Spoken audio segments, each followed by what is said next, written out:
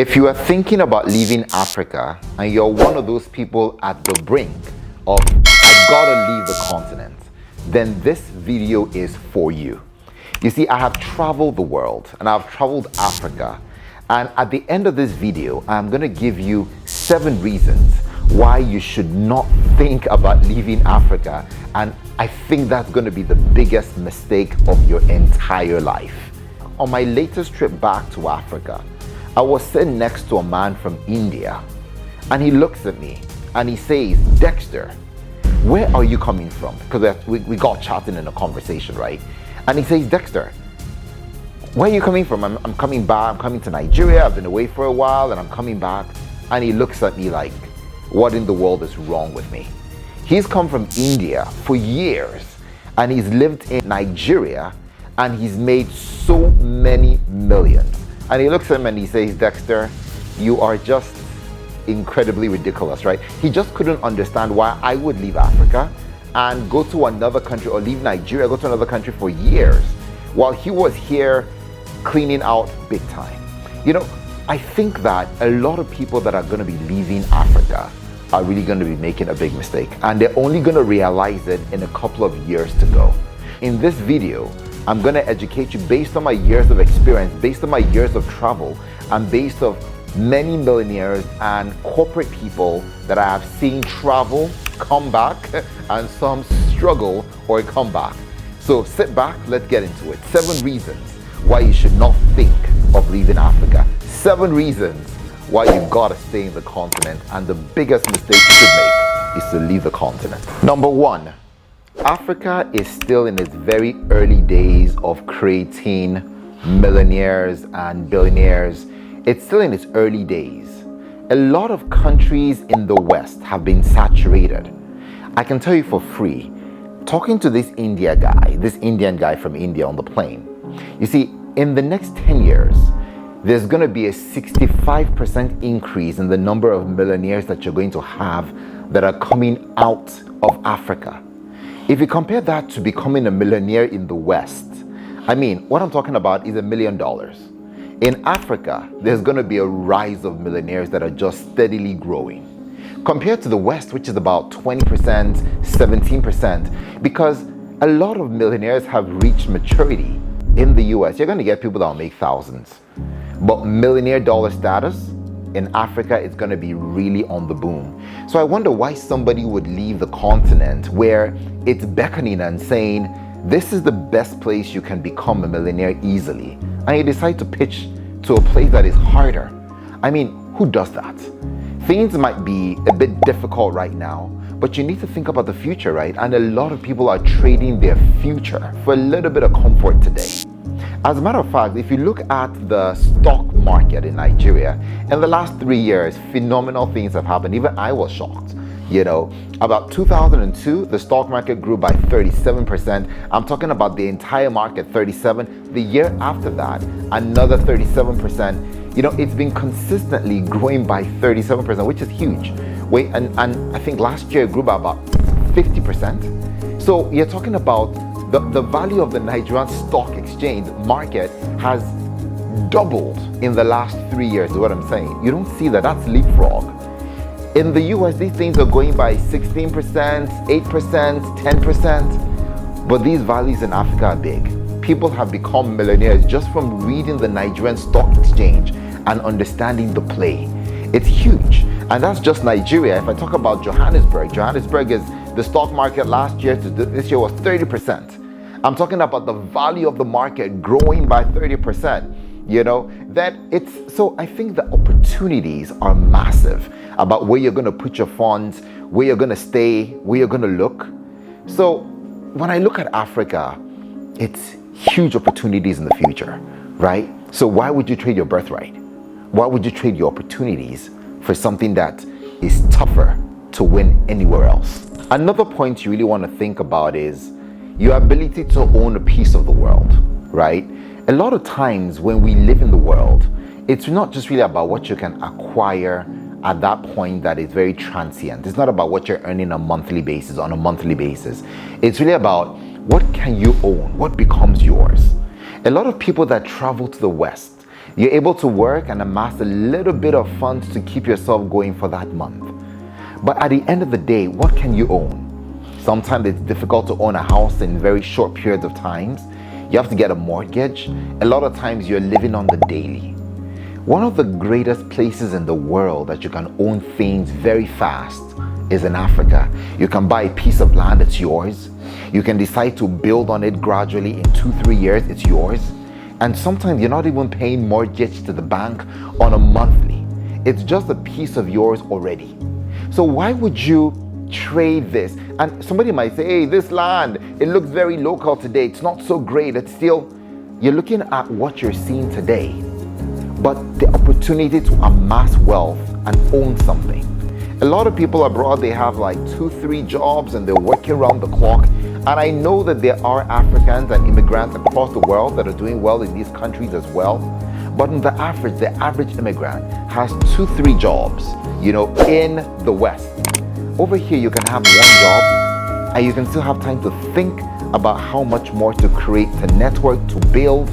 So why would somebody exchange the opportunity to create wealth, momentary, minute period of living in the winter? It just doesn't make sense. It bamboozles me every single time. I mean, a lot of people are going to become people that can work, but they're never going to become owners. So when you live in Africa, you have to tell yourself, am I trading my future to work? Or am I going to stay back to own? And ownership is where the world is going to, owning things, whether it's crypto, it's about ownership. So think wisely before you think and choose really, really, really wisely. A lot of people are seeing this light. You got to see the light too. One other thing you really want to think about is the youthfulness of Africa. And I know a lot of times people just say Africa is young. They really don't understand the power of when we say Africa is young. Let me give you an example, right? If you look at all the people, in Europe, right, or in the West. Let's look at Europe, for example. If you put everybody in a long line, from the oldest to the youngest, the average person, or the median person in the middle, is about 44 years old.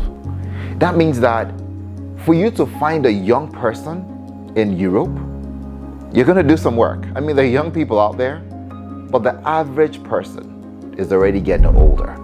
So when brands are thinking these days about investing, right?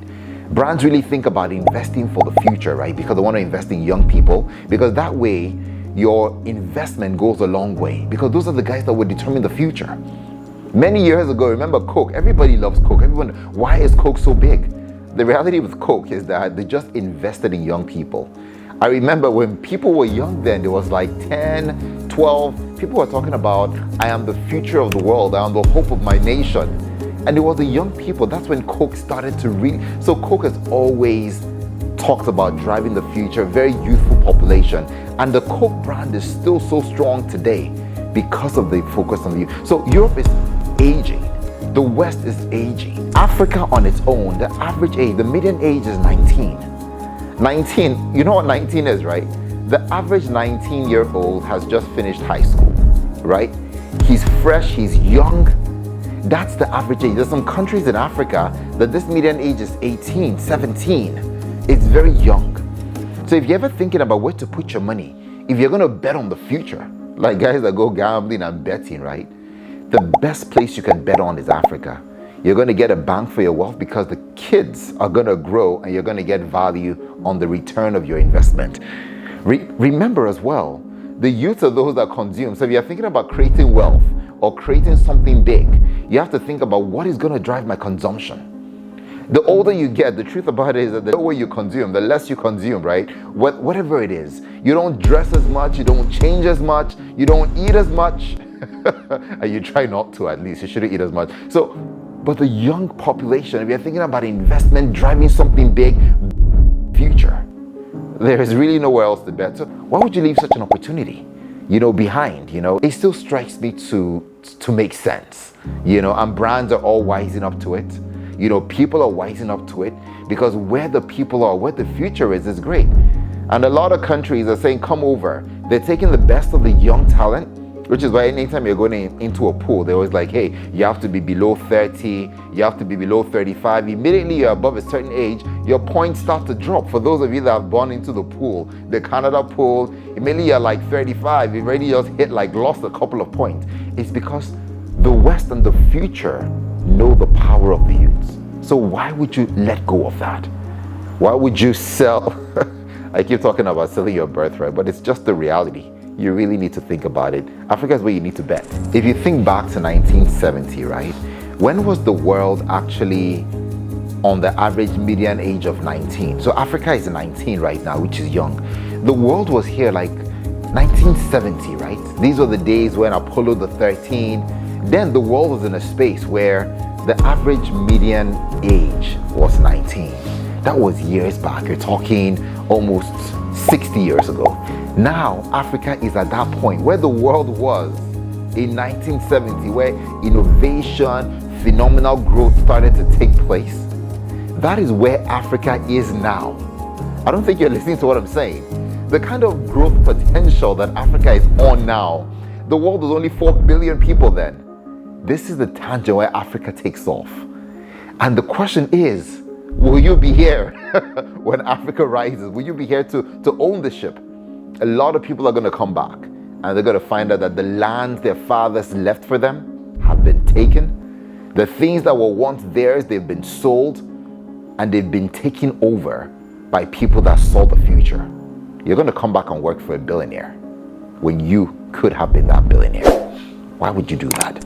Anywhere I've traveled, right, one thing I have learned not to take for granted is the power of the social networks that I have. In Africa, this is where you grew up. There is a huge connection of social networking and capital that you have. And the older you get, you find out that the people that you grew up with, that you knew, these are the people that sort of start to make big decisions. Suddenly you can be in your place of power and you know the other person at that point of power. You really can network easier. Somebody said something, right? And I've started to believe him, right?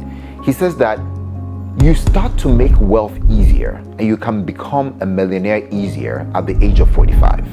I don't think he was saying this because he was 45 and he was old. He was saying this because he said that at that point in your life, all of the social equity you've built from your childhood to growing up, it starts to crystallize. Suddenly you have a number of somebody that sits in the trading market. You have the number of a person that sits in commerce, in the policy making. Suddenly everything starts to come together for you at that point. And when he said it, I thought about it, I know people start businesses when they're young, and of course you can. But what he said that struck me is that a lot of businesses at that point fail. And they try, they fail. At that age of 40, 45, they start to crystallize success because everything comes together. I really think it's the power of social capital. The fact that you've been able to amass things and wealth of people that you know. So that's something you don't want to trade that for anything, right? In Africa, you've built that. Why would you go to another country and you're suddenly wondering, who'd help me? I've had friends and people that have wanted to get into places in the UK, in Canada, and they're wondering, who do I call? You get into there and you're a beggar from day one. You have no equity. You're building from the ground up. A lot of times they don't even have a credit score. I mean, most countries in Africa, credit scores, apart from South Africa, Kenya, some countries have good credit scores that they track it, but you have nothing. So why would you let go of that? So another thing I was guilty of, right, that I maybe not guilty of, but something I faced when I was abroad is I just could never get help. I would have my friends that are Indians, when they have their kids, their mom comes over, hey, their mom shows up, their auntie shows up, For me, I was all alone when the kids were growing up. It was just myself, my wife, the kids. We really had to work, right? We'd drop them at school, we'd pick them up. There's some days I'll be leaving the office and rushing, like, oh God, go pick up the kids. And over there, sometimes they close school early, like 1 o'clock. It's in Africa, sometimes schools close at 2, 4, 3. You sort of go longer, but over there, it's early. So I'm like dashing out and she just smiles. I'm looking at her, I'm like, Kira, what's going on? Why are you not, going? She's like, don't worry, I'll have my mom pick up the kids. I'm like, whoa. Because they lived in a system where it just helped. They had her mom. Sometimes she would just tell me, you know what, my sister is picking up the kids today. So there's a part of me that felt very jealous, because back in my country, I had all that support. When the kids were born, my mom would come over. She spent months, would cook, would have a great time. Sometimes I didn't have to do any of that stuff. But suddenly I was in a bubble where all of my equity, all of the family support that could support was all gone. You know, I think there was a point where when we're in the US, we did get some help, but it was so expensive. Every single time I was paying for support or for like a house help or a housekeeper or someone to come and watch the kids, it was expensive. I was like, geez, every time I convert it to Naira, and you guys are saying, hey, Dexter, you're converting things. I do that. I don't know. I still cannot help myself. Whatever part of the world I go to, whatever I earn, I still convert it to Naira. And I see what is that equivalent. Sometimes I convert it to Kenyan shillings. Sometimes I convert it to rands. It depends where I just convert these currencies, right? So I still do that, right? Maybe I'll get to a point someday where I just feel like, yeah, I don't care about it. But for now, I still care about it. So sometimes when I'm paying for help and support, it's really painful. And I know I can only do it for a limited amount of time, you know? So it gets to me a lot of times, you know? And I tell myself, why for those years, I felt like coming back home and I thought about those kind of things, you know, but it was painful, you know. So yeah, so some of those things you want to think, you know, and maybe leaning into that, right? I'll go to the next point, right? In Africa, right, there's just so much support and help. And I know because of the population in Africa and maybe also the shortage of maybe opportunities for a lot of people, it's okay and affordable for you to get labor and help at people that do it joyfully.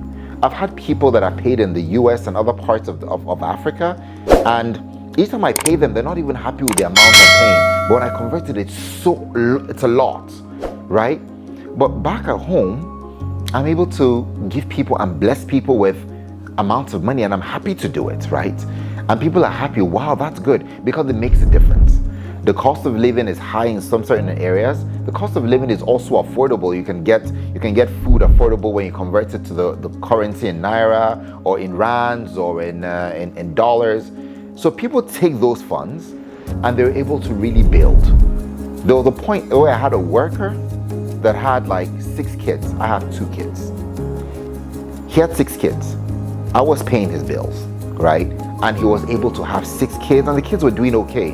They were not going to the best of the schools, you know, but they were okay. They were going to like public schools, not the best of the schools, but they were growing. Every single year he'll come and tell me, Dexter, thank you so much. My kids have gone to this level. My kids have gone to the level. They've not gone to primary school. They've gone to the next level. And I was like, wow, that's great. I had 2 kids. He had 6. So with what he was earning from me, he was able to still do that with his kids.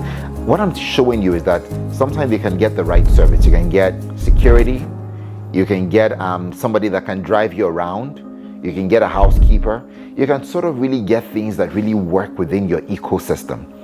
And I've always told myself in life, the greatest reward I have in this life is time. So anything I can do to get some of my time back, if I have to pay for it, if I have to give a little bit of money to get time to invest in other things, I would. So every single time I'm paying somebody, I look at the balance. I'm so excited to do that. For some reason, in the West, the cost of that, I'm like, I'll do it myself. Maybe it was just expensive. You guys, hey, Dexter, I don't care. It was just, I found it expensive, and I would rather do it myself. It was when I was in the West that I started fixing up the house myself. Something will break, I'll fix it myself. You know, something would happen to the car, I'll try to take a look at it myself, right? I try to do everything myself. But over here, sometimes I'm like, something happens, I can get the right person to call. It keeps me on the bubble. So if you can create wealth and convert it to creating asset, content on social media, creating assets, doing your work and your job better, and paying somebody else for that time that's being given to you, it's a no-brainer. Why wouldn't you do that? When you leave Africa, you let go of that. I tell you, pick up the call anybody. You let go of your freedom. You're not going to be living in a bubble. You look good, you like the weather, you live in a bubble, a tight bubble. Africa is the place, you know, so I still don't get it, right? People want to leave and walk away from such freedom and such liberty. Why would you do that? The average middle class can afford to live and do that. Hey, might say, Dexter, hey, it's only the rich people. No, the average middle class in Africa can afford to do this. There are people that are doing really good in the West. There are people that will leave Africa and they will thrive. The average African is built for resilience, is built for toughness. He goes and he thrives when the conditions are right. And sometimes when he just has to defy the odds. So there are people doing well. But why would you trade all of that, to risk all of that for what you can have here in all of these greatness? I can assure you that there are people out there that it looks like the grass is greener up there, but it's really tough. People are working hard.